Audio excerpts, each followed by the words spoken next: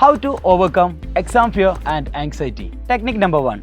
Deep breathing exercise. എപ്പോഴൊക്കെയാണോ നിങ്ങൾക്ക് exam ഫിയറും ആങ്സൈറ്റിയും വരുന്നത് ആ സമയങ്ങളിൽ മറ്റെല്ലാം മറന്നുകൊണ്ട് ബ്രീത്തിൽ മാത്രം കോൺസെൻട്രേറ്റ് ചെയ്യുക. ഇനി ഒരുപക്ഷെ ഈ ഒരു ടെക്നിക്ക് എല്ലാവർക്കും വർക്കൗട്ട് ആവണമെന്നില്ല. കുഴപ്പമില്ല, നമ്മളിൽ വേറെ ടെക്നിക്സ് ഉണ്ട്. Positive affirmation.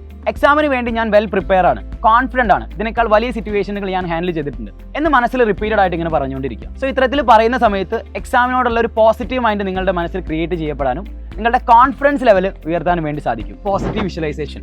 ലൈഫിൽ എപ്പോഴും പോസിറ്റീവ് ആയിട്ടുള്ള വിഷ്വലൈസേഷൻ ക്രിയേറ്റ് ചെയ്യാൻ വേണ്ടി ശ്രമിക്കുക. നിങ്ങളുടെ സ്റ്റഡി സ്ട്രാറ്റജി പ്രകാരം നിങ്ങൾ പ്രിപ്പയർ ചെയ്തിട്ടുള്ള സ്റ്റഡി നോട്ടുകൾ ഉണ്ടായിരിക്കും, അല്ലെങ്കിൽ കൃത്യമായിട്ടുള്ള മൈൻഡ് മാപ്പുകൾ ഉണ്ടായിരിക്കും. അത് റീകോൾ ചെയ്യുക എന്നുള്ളതാണ്. ഇനി അത് കൂടാതെ previous year question paper work out ചെയ്യുക. ഇങ്ങനെ വർക്കൗട്ട് ചെയ്യുന്നതിലൂടെ ക്വസ്റ്റ്യൻ പേപ്പർ കൃത്യമായിട്ട് നിങ്ങൾക്ക് ഫെമിലിയറൈസ് ആവുകയും ചെയ്യും. എക്സാം സമയത്ത് ഇങ്ങനെ നെർവസ് ആവാതെ അറിയാവുന്ന ചോദ്യങ്ങൾക്ക് ആദ്യം ഉത്തരം എഴുതുക. ഇങ്ങനെ ആദ്യം അറിയാവുന്ന ചോദ്യങ്ങൾക്ക് ഉത്തരം എഴുതുന്നതിലൂടെ നിങ്ങൾക്ക് എക്സാം കൃത്യമായിട്ടാണ് ഹാൻഡിൽ ചെയ്യുന്നത് എന്നുള്ളൊരു പോസിറ്റീവ് ആയിട്ടുള്ള മൈൻഡിലേക്ക് എത്തുകയും അങ്ങനെ അറിയാത്ത ചോദ്യങ്ങളിലേക്ക് എത്തുന്ന സമയത്ത് ആ ചോദ്യത്തിന് ഉത്തരം ഉറപ്പായിട്ട് എഴുതാൻ വേണ്ടി സാധിക്കുന്നു. ഇനി ചില റെയർ കാറ്റഗറി ഓഫ് ആളുകളുണ്ട്. എക്സാമിന് ശേഷം നെർവസ് അടിച്ചിരിക്കുന്നതാണ്. എക്സാമിന്റെ റിസൾട്ട് എന്താവും, എനിക്ക് ഉദ്ദേശിച്ച മാർക്ക് കിട്ടുമോ, ഞാൻ എഴുതിയതെല്ലാം ശരിയാണോ എന്നാലോചിച്ച് ഉറക്കം പോലും നഷ്ടപ്പെടുന്ന ആളുകളുണ്ട്. ഇവരോട് എനിക്ക് പറയാനുള്ളത്, once it's over, it's over.